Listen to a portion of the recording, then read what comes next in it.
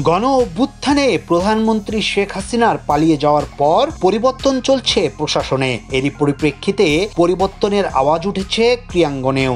এ নিয়ে বিসিবির সামনে একটি মানববন্ধনও অনুষ্ঠিত হয়েছে, যেখানে অযোগ্য অসৎ নেতৃত্বকে সরিয়ে দেওয়ার স্লোগান উঠে। তাই দেশের দুই শীর্ষ ক্রীড়া ফেডারেশন এবং বোর্ডে দীর্ঘদিন ধরে বসে থাকা দুই সভাপতির ভবিষ্যৎ কি হবে সেটা নিয়ে এখন জনমনে প্রশ্ন।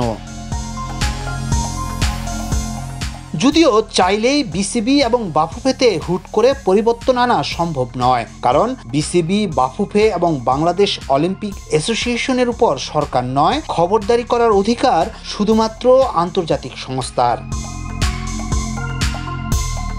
একটু পিছন ফিরে তাকালেই আমরা দেখতে পাই, গেল বছর আদালতের মাধ্যমে শ্রীলঙ্কা তাদের ক্রিকেট বোর্ড বিলুপ্ত করে আইসিসির নিষেধাজ্ঞার কবলে পড়েছিল। পরে আদালতের রায় বাতিল করে পুনরায় নির্বাচিত কমিটিকে দায়িত্বে ফিরিয়ে রেহাই পায় দেশটির ক্রিকেট বোর্ড। তাই বাংলাদেশেও হুট করে নির্বাচিত কমিটি সরিয়ে দেওয়া সম্ভব নয়।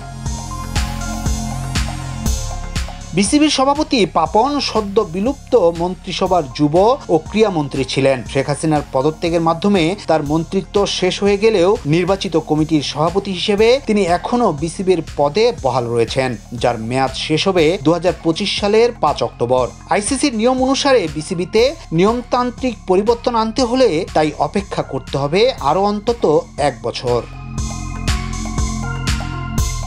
এদিকে বাফুফের সভাপতির পদ থেকে সালাউদ্দিনের পদত্যাগ চেয়ে 24 ঘন্টার আলটিমেটাম দিয়েছে বাংলাদেশ ফুটবল আল্ট্রাস নামের একটি সমর্থক গোষ্ঠী। 2008 সাল থেকেই বাফুফের সভাপতির দায়িত্বে রয়েছেন সালাউদ্দিন, কিন্তু সহসায় বাফুফেতেও পরিবর্তন আনা সম্ভব নয়, কারণ ফিফার নিয়ম অনুযায়ী নির্বাচনের মাধ্যমেই কেবল বাফুফের পরিবর্তন আনতে হবে, অন্যথায় ফুটবলের সর্বোচ্চ নিয়ন্ত্রণ সংস্থার হাতে নিষিদ্ধ হওয়ার সম্ভাবনা রয়েছে।